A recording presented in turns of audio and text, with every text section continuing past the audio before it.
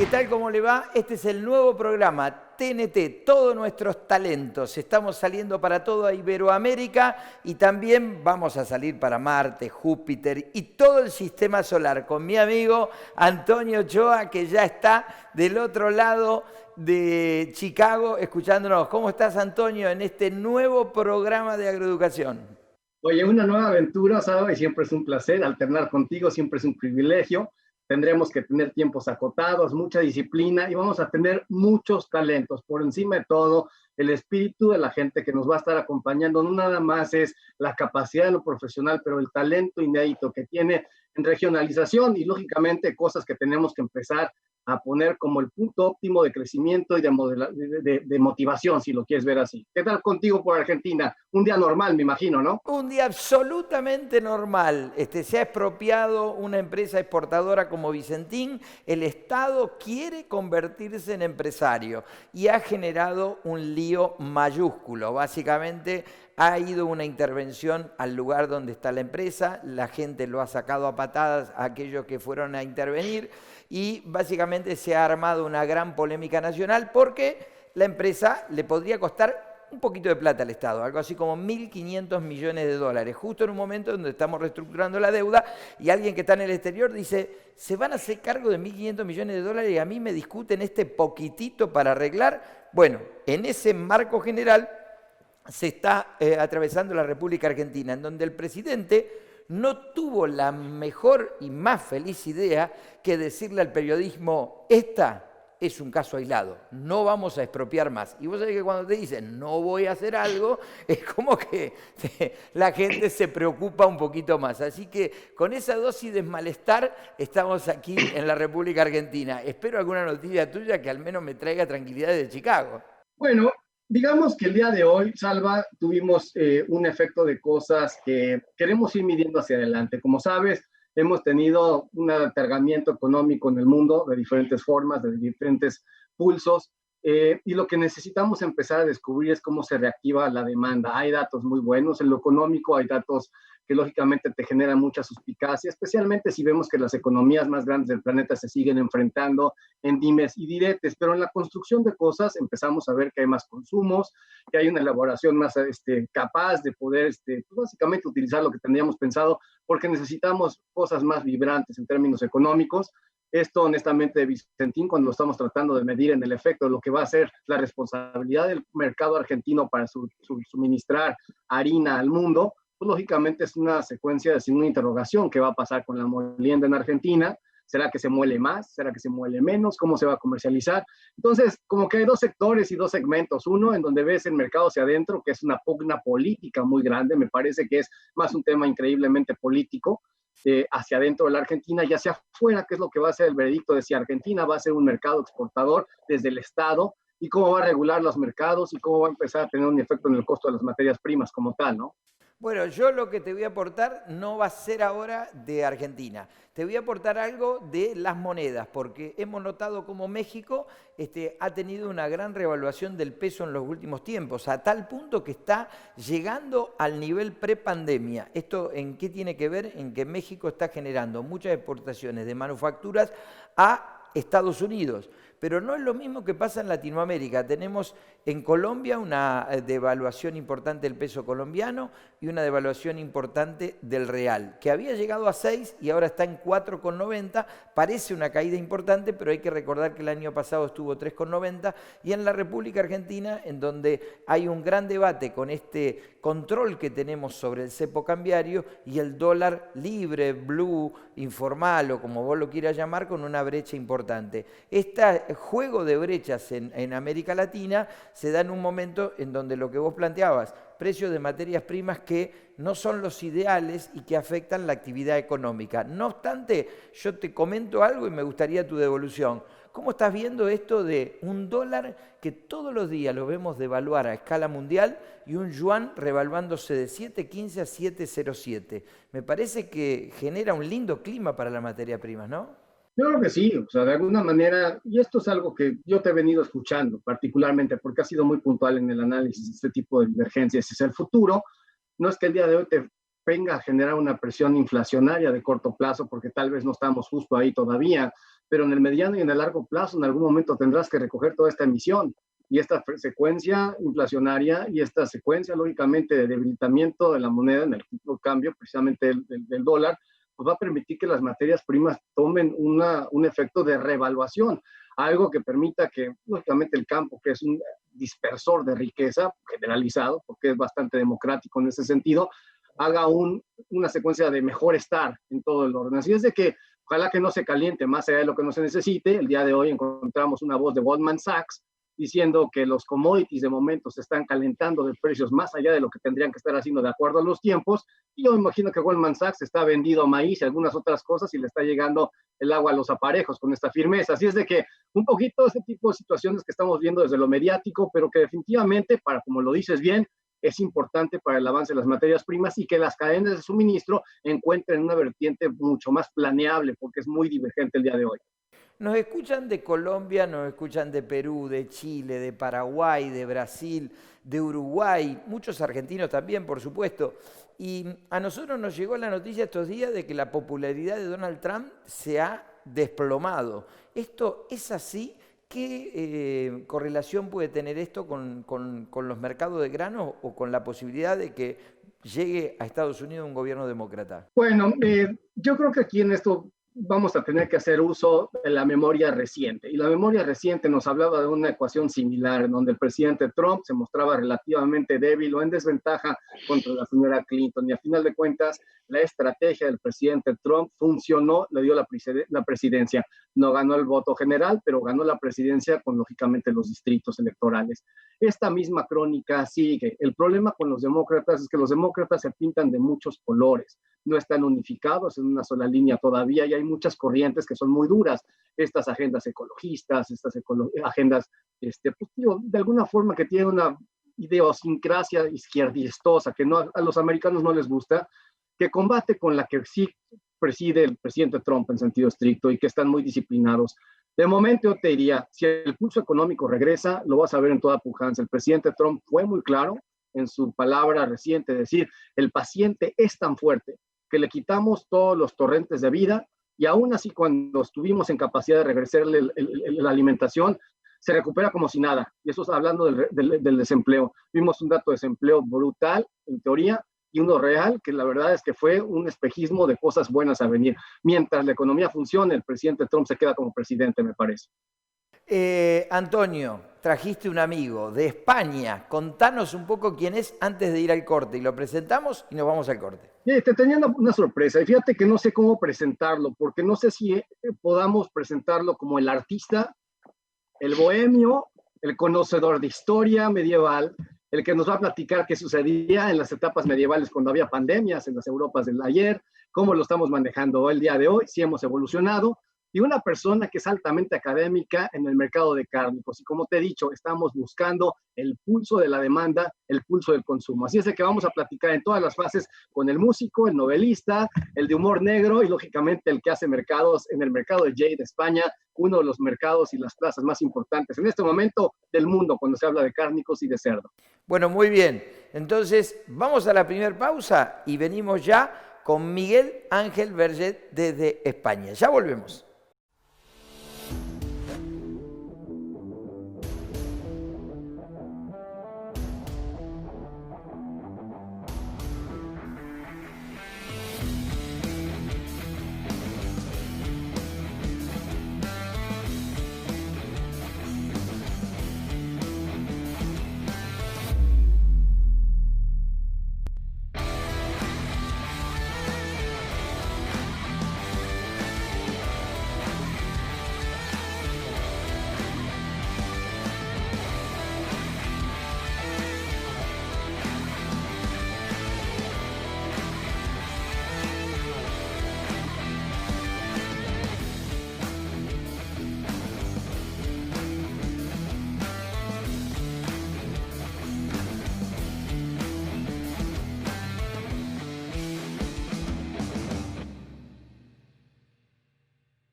Y ya estamos en el segundo bloque de TNT, Todos Nuestros Talentos, y saludamos a Miguel Ángel Vergés. ¿Cómo estás?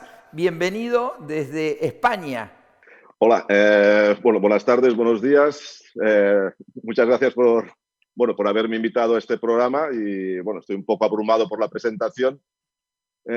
Seguramente estoy en mejor compañía yo que vosotros, o sea que espero estar un poco a la altura y ayudaros con las dudas que podáis tener y a desentrañaros un poco entre todos también.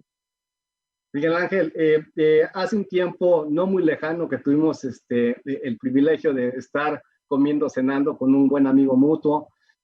Platicamos mucho de mercados, una plática muy distendida, pero desconocí este aspecto de tu background, por así decir, de dónde vienes, el tema de la historia y de ser un historiador y el tema de la novela, el tema de la música, concursar, hacer jazz y el tema artístico, y de repente todo lo cambias al tema económico, a la pujanza, al análisis de mercado, al formar precios y al estar básicamente comandando un mercado de alto impacto en España, que es un modelo exportable, que es un modelo increíblemente eficiente y eficaz, que pues, por encima de lo que está sucediendo en el resto del mundo es vanguardia, en uno de los secretos mejor guardados, me parece, porque esta zona ibérica que tiene la capacidad de traer productos varios, materias primas de diferentes lugares, en diferentes capacidades, para ser transformadas, darles valor agregado y exportar a más de todo el consumo interno que tienen. Ha sido un modelo de mucho crecimiento y la industria tiene una pujanza bárbara. ¿Cómo vas con el tema de ser parte de esta industria, trabajar con ellos de cerca, estar viendo las regulaciones de precio, todo lo que tiene que ver con el contenido, informarles y tenerlos presentes? ¿Cómo ves ese balance de cosas? Bueno, es un sector en todo el mundo, el porcino, y sobre todo en España, muy profesional y muy profesionalizado. Están muy pendientes de muchos inputs. Al estar tan globalizados, necesitan mucha información, les gusta tener información, trabajan con información y yo creo que sí que han sido agresivos comercialmente, pero sobre todo han sido muy profesionales primero, en consolidar un crecimiento de la producción interior y luego aprovechar los impulsos de la exportación. Primero, fuimos de los primeros en exportar a China.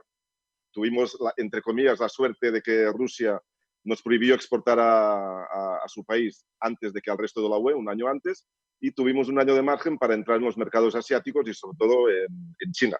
Empezamos a estar presentes en China antes que el resto de competidores.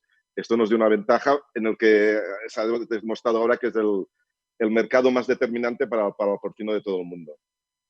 La situación de China hacia adelante en términos de consumo, tienen órdenes agresivas por un tiempo y luego se detienen, la planeación es un poquito dudosa, pero ustedes no pueden dudar con la planeación de la porcicultura. Esto es un ciclo que tiene que seguir creciendo, que tiene que seguir renovando sus vientres, su genética, su camino hacia adelante. ¿Cómo hace España para hacer esos buffers entre las zonas de alto consumo de China, las zonas en donde de repente se hace ausente, o en donde tienes a Dinamarca tratando de competir con un precio menor para tratar de hacer un balanceo, y algunos otros países de la Unión Europea en un tiempo tan complicado, que también incluye América, en donde pues, los consumos reales se han caído en todos estos países, que los consumos hacia adelante tienen un signo de interrogación, una vez que en el verano no tiene certeza de que los lugares de mayor consumo, la hostelería, el food service y tal, regresen a toda su capacidad y que traten de seguir manteniendo una ecuación de crecimiento. Es decir, España, lo que yo alcancé a ver la última vez, toda Cataluña está saturada, no hay más capacidad de poner más cerdos en la zona y de alguna forma sigues expandiéndote en diferentes zonas geográficas. Este crecimiento trae inversiones. ¿Y cómo hacen para poder planear? ¿La capacidad de frío existe? ¿Cómo está el modelo en España alrededor de todo esto? A ver, tenemos por un lado lo que es la producción. Sí que es verdad que hay zonas, sobre todo Cataluña, la zona catalano-aragonesa sí que concentra prácticamente la mitad de la cabaña porcina de toda España. Sí que es verdad que ya está bastante, sobre todo Cataluña, está con una densidad muy elevada. Se está creciendo hacia el oeste del país, pero también tenemos problemas de resistencia de medioambientalistas y sobre todo medioambientalistas y movimientos animalistas. De todas formas, el crecimiento fuerte yo creo que se ha hecho. Vamos a tener todavía un par de años, yo creo, de crecimiento por inercia de proyectos de granjas que están aprobados y que van a entrar en funcionamiento pues, en el próximo par de años. Y luego vamos a intentar defender la sostenibilidad del modelo. Luego, del lado del matadero, sí que tenemos unas estructuras industriales muy eficientes, altamente eficientes, tanto en producción, o sea, en lo que es en entrada de la canal y el despiece. Tenemos un coste de producción comparativamente muy competitivo en lo que es el despiezar la canal. Y luego tenemos capacidad de frío. Probablemente tenemos una capacidad de frío en porcentaje no tan elevada como Dinamarca, que es el gran exportador de la Unión Europea, pero superior a Alemania. Incluso sí que es verdad, los proyectos que hay de crecimiento en la industria sí que son de aumentar capacidad de matanza, pero muchos son de poner en marcha túneles de congelación. En 2016 y el año pasado, cuando hubo el boom exportador a China, tuvimos problemas de cuellos de botella en los túneles de congelación. No podíamos congelar al ritmo suficientemente rápido para servir los pedidos de China. En estos tiempos complicados, a ver, China sigue comprando y China sigue comprando más que nunca. El problema son los precios. China se ha visto como el único comprador digamos, con dinero y con capacidad para mover grandes volúmenes en el mundo y está apretando las clavijas a los exportadores poniendo el precio. Estamos exportando mucho, Estados Unidos también, Brasil también, Canadá, todos los países exportan mucho a China, pero a unos precios comparativamente muy bajos con lo que estamos acostumbrados a trabajar en China. Miguel Ángel, te hago una pregunta para ir más al corazón del negocio. ¿A qué precios estás exportando y qué cortes estás exportando? A ver, prácticamente exportamos todo. Una de las ventajas de España es que estamos exportando a más, yo creo que son más de 130 países. Se exportan canales, sobre todo lo que es a China, se exportan piezas para transformación. No son piezas para consumo directo, sino son piezas para la industria transformadora china. El precio interior chino es siempre mucho más alto que el europeo o el americano. En estos momentos, más o menos, el precio chino duplica al europeo y triplica al americano. Y sus importaciones de carne son, por un lado, para garantizarse el suministro, porque tienen un cierto déficit. Este año escandaloso, el año pasado también a causa de la peste porcina, pero siempre tienen un déficit. Y sobre todo para abaratar su coste de producción y contener la subida de precios de la carne de cerdo interior, con lo cual el gobierno también lo utiliza como arma para controlar la inflación. La diferencia, el plus que te aporta China al matadero que exporta son los subproductos, todos los despojos, cabezas, huesos, pezuñas, grasas, cosas que aquí no se consumen. Incluso el matadero tenía que pagar para que se le retirara y ahora lo valora China muy bien. Esto es lo que cambia el escandallo sobre todo. Por lo demás, a ver, Japón paga mejor que China, pero progresivamente China y Japón ahora mucho más, ahora están ya bastante igualados. China y Japón se están igualando es cuando China muestra mucha demanda. Los precios chinos son mejores que los precios europeos de compra, eso sí. ¿Pero qué precios? A ver, ¿tenés algún precio que nos quieras dar? Veo que te estás reticente con el tema precio. Sí, porque es un tema complicado. Son precios muy bajos. Son precios, en estos momentos, comparativamente bajos. Estamos hablando de 2 euros, 2 y medio, 2 y poco para lomos, jamones, que son precios que para lo que es el comercio con China son muy bajos. Normalmente China siempre tiene un plus por encima del precio europeo. En este momento es verdad que los precios europeos interiores, a causa de los problemas de coronavirus en Italia, que es el gran centro importador interior de la UE, Italia, es el que compra jamones en Alemania y en España para transformar. Este mercado ha quedado destrozado por el coronavirus y ha provocado una caída de los precios interiores de todos los jamones en Europa y sobre todo muchos problemas de stock, porque literalmente, bueno, en Italia es que no hay sitio para colgar más jamones, está repleto y no saben qué hacer con los jamones. A partir de aquí ha sido China la que ha bajado sus precios de compra para irse al nivel europeo, que es un nivel prácticamente, en comparación, es un nivel de precio de canal, casi se está pagando lo mismo precio en canal que precio para pieza. Seguro. Antonio, si te parece, vamos preparando el tempranillo, un poco de pan con tomate, una feta de jamón crudo, hacemos la tanda y volvemos con el cierre de este programa a pleno los tres. Vamos a la tanda y ya volvemos.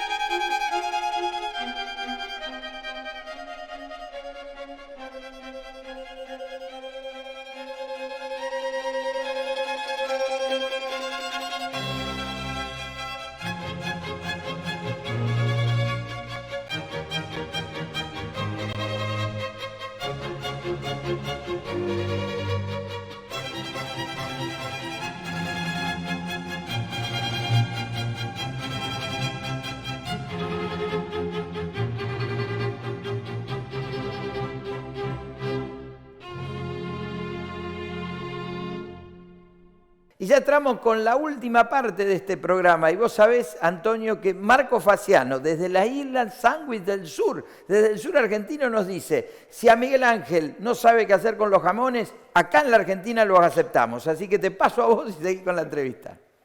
Sabes que con la introducción del corte que pusiste hace un rato era difícil tratar de regresar concentrado pensando en el pan con tomate, el jamón y todo lo que viene a su alrededor. Pero bueno, es parte del show. Hay dos temas que a mí me gustaría pelotear con Miguel Ángel, que son muy neurálgicos, especialmente cuando se trata de mercados, de organización de precios y situaciones de convergencia para saber y darle claridad a un precio, a un mercado y lógicamente hacia adelante la planeación de un empresario.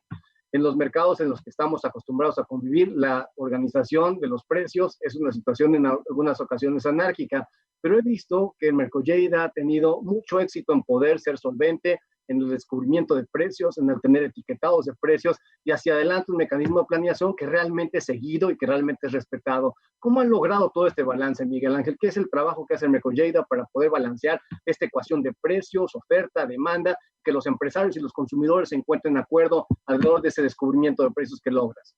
A ver, en Mercolleda lo que hacemos es fijar precios del cerdo en vivo, precios al productor, o sea, precios de la compra del matadero al productor. Más que nada, la clave del éxito de Mercolleda es que a todo el sector le interesa tener un nivel de referencia para saber luego su empresa si está por encima o por debajo respecto al sector. Mercolleda, lo que hacemos en Mercolleda es dar información de todos los mercados internacionales, prácticamente en tiempo real cuando se trata de cotizaciones, e informaciones de mercado, comentarios de mercado sobre lo que prevemos que puede pasar en Alemania, en China, en Estados Unidos, en Brasil, en México también, sobre todo el año pasado que exportábamos más allí. Donde podamos, encontremos un nicho de mercado, damos información. A partir de ahí, Mercolleda, tenemos una base de datos muy sólida. Ahí tenemos un grupo de empresas que más o menos representan 2/3 partes de la producción, que nos pasan datos cada semana sobre pesos en canal, pesos en vivo y actividad de matanza o venta. Y eso sí que nos da una base estadística muy sólida para que Mercolleda pueda fijar una tendencia de precios que luego todo el mundo respete porque la ve objetivamente tomada. Fantástico. Y eso, lógicamente, que trae condiciones de planeación y proyectos hacia el mañana, que lógicamente hemos platicado al respecto. Te quiero hacer otra consulta antes de que Salva te aviente alguna otra pregunta de negocio, porque este hombre sabe de dinero y le encanta el tema de estar sacándole las cuentas y contándole las costillas a todos.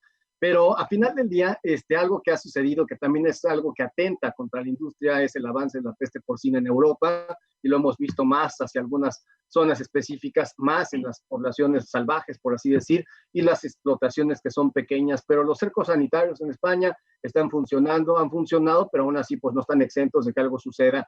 ¿Qué es lo que ves en términos de organización y control para que esto no les dé cosa mala a una industria que es tan poderosa?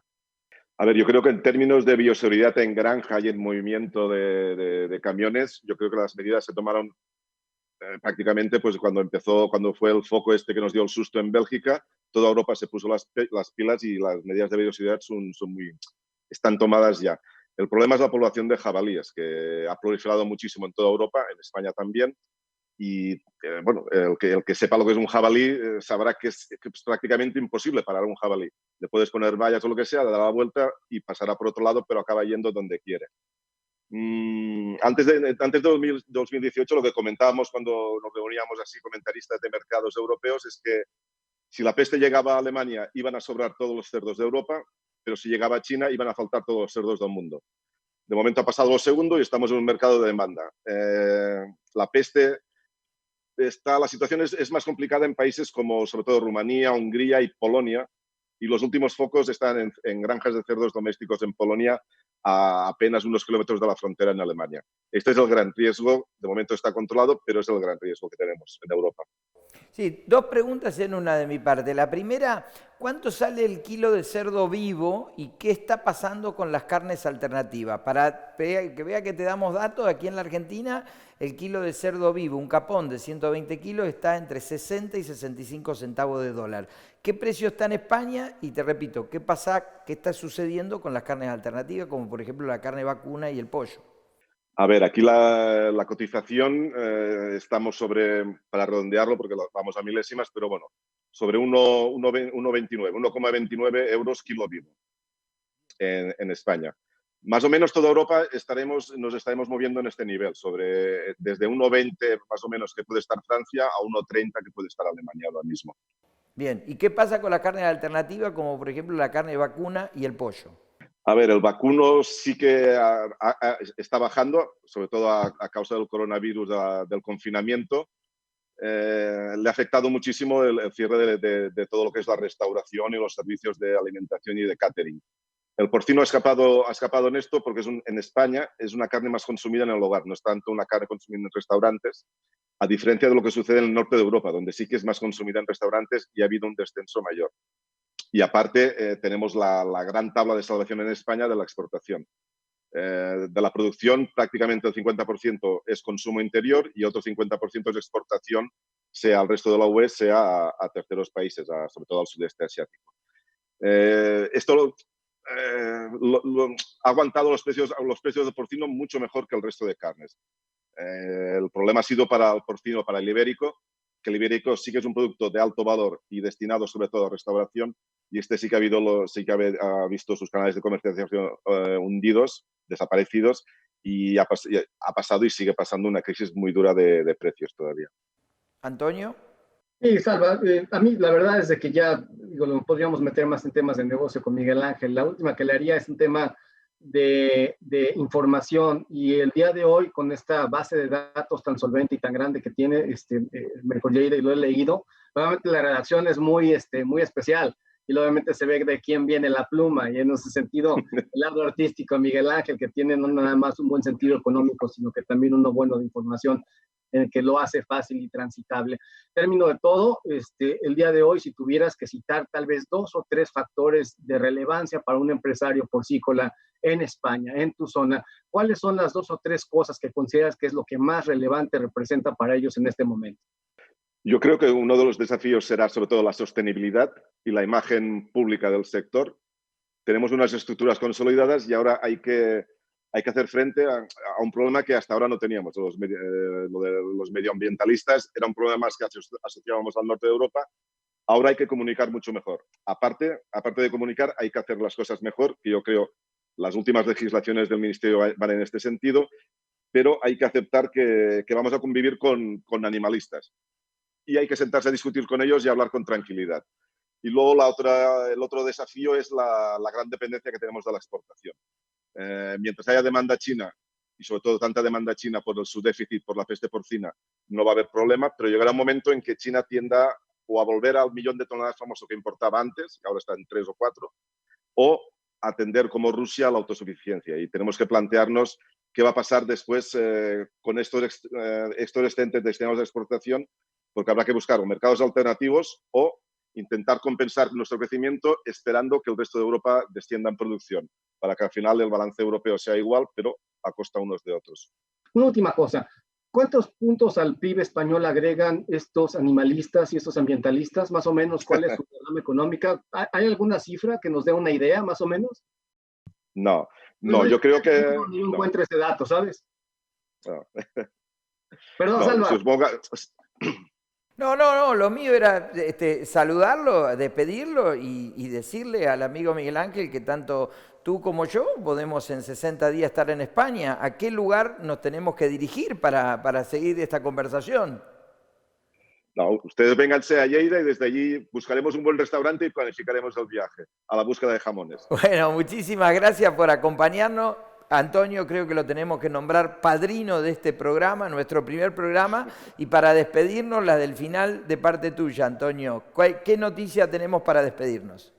Básicamente, agradecerle a Miguel Ángel, y hacemos el debut y con honores, lógicamente galán, el tema de la presentación. Y para cerrar, mañana tenemos un reporte del USDA y eventualmente, no es mañana, me parece que me equivoqué la fecha, pero el USDA nos va a dar el sendero de lo que trae el mercado en términos de la estadística, y vamos a operar las diferencias de lo que muestra la expectativa del mercado contra lo que muestra el USDA.